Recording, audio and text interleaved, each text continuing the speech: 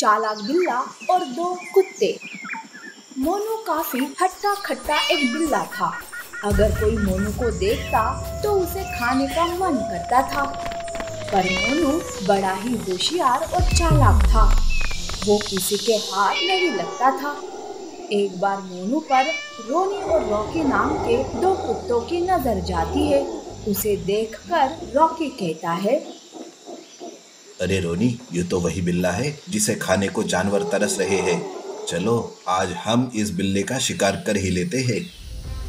हाँ, आज देखते हैं कि ये बिल्ला हमसे कैसे बचता है।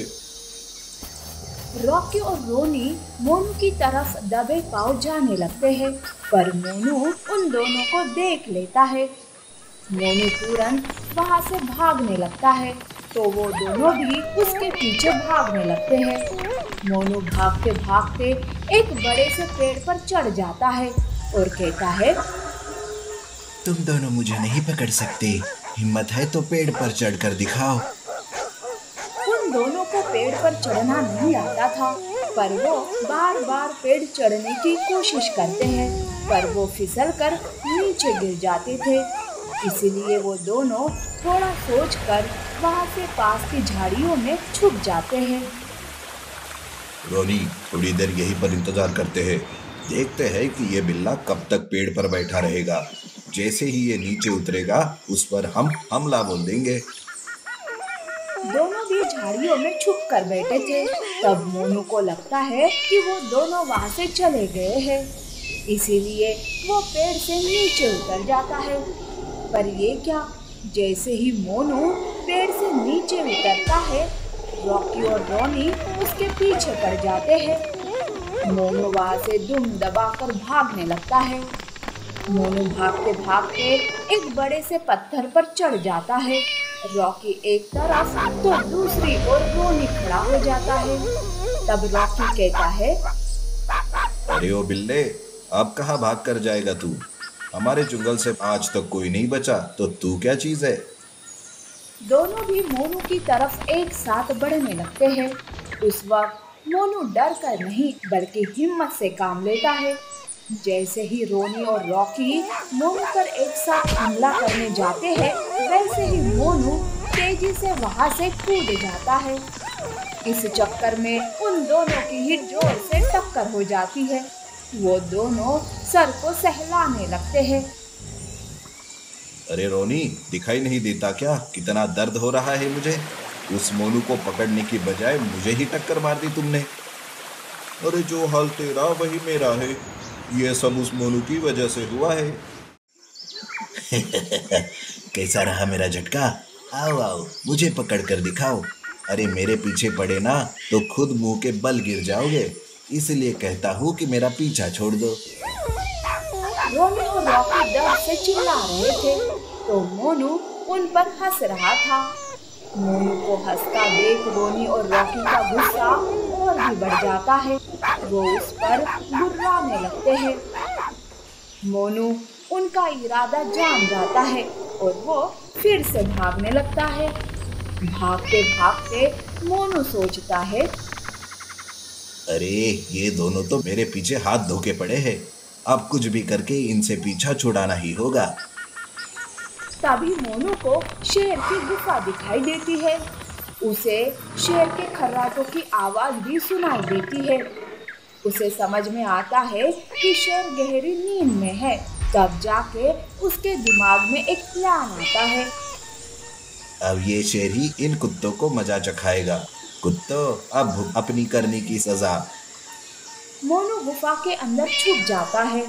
रॉकी और रोनी इतने गुस्से में थे कि उन्हें पता भी नहीं चलता कि अंदर शेर सोया हुआ है। उन्होंने मोनू को गुफा के अंदर जाके देख लिया था, इसीलिए मोनू को डराने के लिए वो दोनों उस पर जोर जोर से भौंकने लगते हैं। पर उन दोनों के शोर की वजह से शेर की नींद टूट जाती है।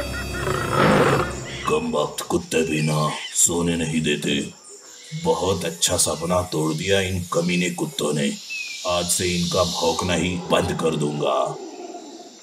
शेर गुस्से से गुफा के बाहर आता है। सामने शेर को देखकर उन दोनों की बोलती बंद हो जाती है। वो डर के मारे वहां से भागने की कोशिश करते हैं, पर शेर उन दोनों को पकड़ लेता है और उन दोनों को खूब पीटता है। रॉनी और रॉकी लंगड़ाते हुए वहां से जाने लगते हैं। तब रॉकी रोनी से कहता है, रोनी यार, इस बिल्ले के चक्कर में तो हम खुद फंस गए। ये बिल्ला बड़ा ही चालाक निकला। बाप रे, आज के बाद हम कभी बिल्ले के पीछे नहीं पड़ेंगे। मोनू उनकी हालत देखकर मन ही मन बहुत खुश हो जाता है और वो उन पर हंसते रहता है। शेर फिर से गुफा के अंदर जाकर सो जाता है। तब मोनू चुपके से गुफा से बाहर निकलकर अपने घर वापस चला जाता है। इस तरह से चालाक मोनू ने कुत्तों को सबक भी सिखाया और खुद की जान भी बचाई। जादुई बंदर बनी बकरी की माँ। एक बार की बात है, जंगल में एक जादुई घर प्रकट होता है, जिससे एक जादुई सुनहरी बंदरिया बाहर आती है। जंगल की ताजी हवा और उसकी सुंदरता उसे बहुत ही भाती है। अरे वाह, ये जंगल हमारी जादुई दुनिया से कितना अच्छा है। यहाँ से तो जाने का मन ही नहीं कर रहा। बंदरिया जंगल में बड़े ही मजे से घूमती है। बंदरिया दिखने में अलग थी। उसी जंगल में एक दुष्ट लोमड़ी रहती थी। वो अपनी भूख मिटाने के लिए बकरी के छोटे से बच्चे के पीछे पड़ जाती है। ये जब बंदरिया देखती है तो वो बच्चे को बचाने बीच में आ जाती है। बंदरिया को यूं बीच में आते देख लोमड़ी कहती है, तू कहाँ से आई रे बीच में? वैसे तू तो कुछ अलग ही दिख रही है, तो फिर तेरा मांस भी कुछ अलग ही होगा। अब जाने दे उस बच्चे को, मैं तो तुझे ही मारकर अपनी भूख मिटाती हूँ। लोमड़ी ऐसा कहकर बंदरिया पर हमला करने जाती है।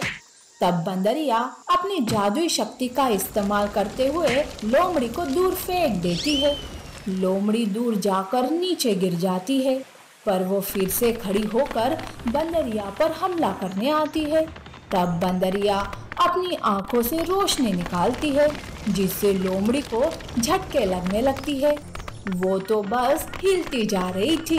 तब लोमड़ी मन ही मन सोचती है, अरे ये बंदरिया मामूली बंदरिया नहीं है, अब तो जान बचाने के लिए इसके पैर पड़ना पड़ेगा।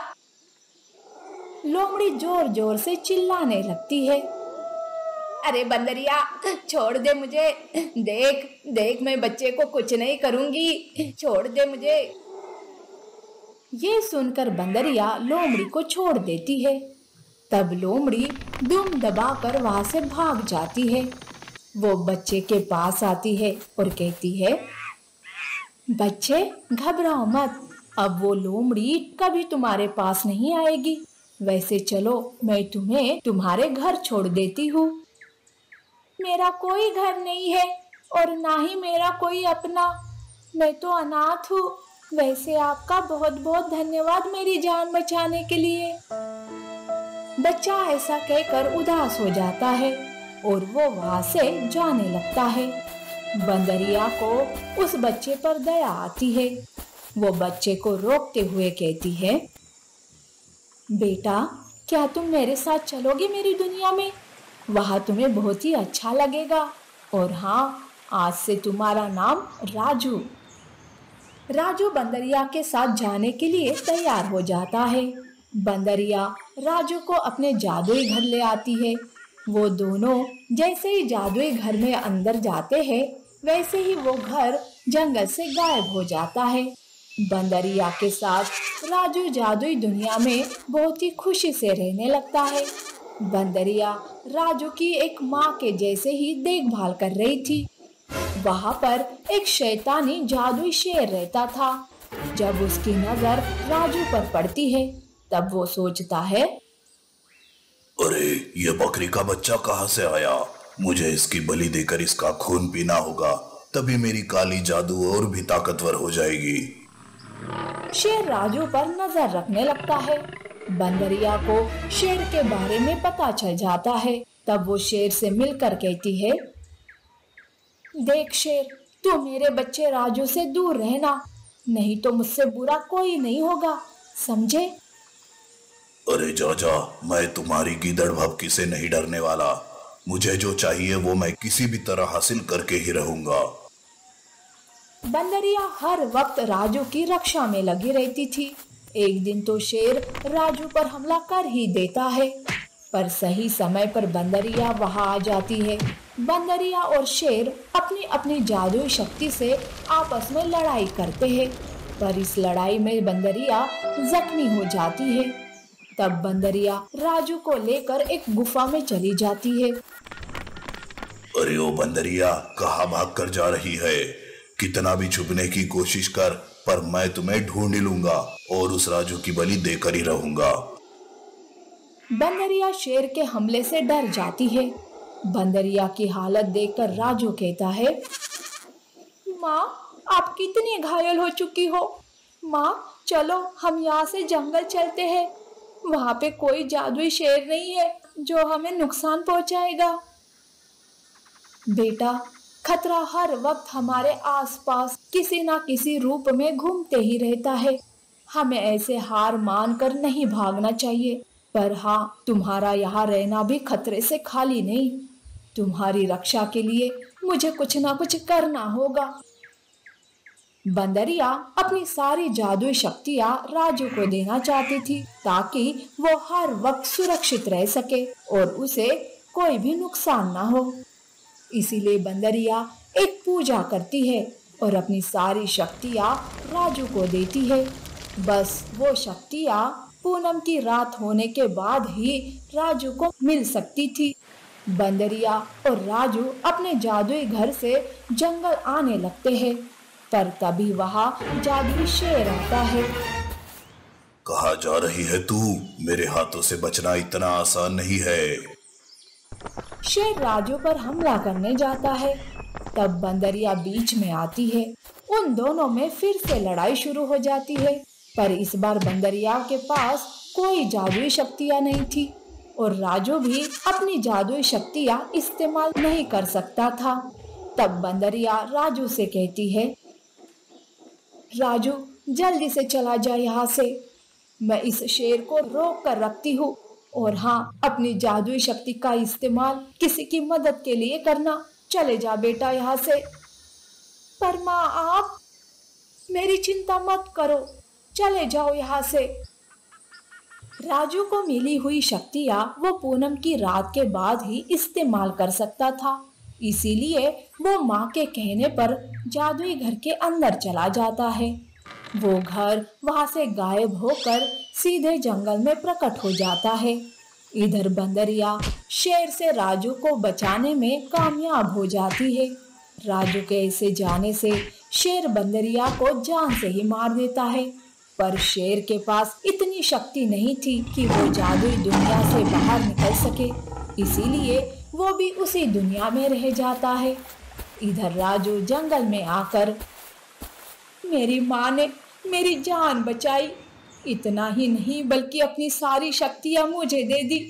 मैं आपका ये एहसान मरते दम तक नहीं भूलूंगा माँ। राजू को जंगल में देखकर लोमड़ी फिर से उसे खाने का सोचती है। वो राजू के आसपास मंडरा रही थी। ऐसे में पूनम की रात भी निकल जाती है और राजू को उसकी जादुई शक्तियाँ मिल जाती है, पर इस बात से लोमड़ी अनजान थी। वो उस दिन राजू पर हमला करने जाती है। तभी राजू अपनी जादुई शक्तियों से उसे मारने लगता है। उई माँ, ये राजू भी बंदरिया के जैसे जादुई बन गया है। अरे बाप रे, अब तो यहाँ से भी भागना पड़ेगा। लोमड़ी वहां से भाग जाती है। इसी तरह से राजू उस जंगल में रहकर सबकी मदद करने लगता है।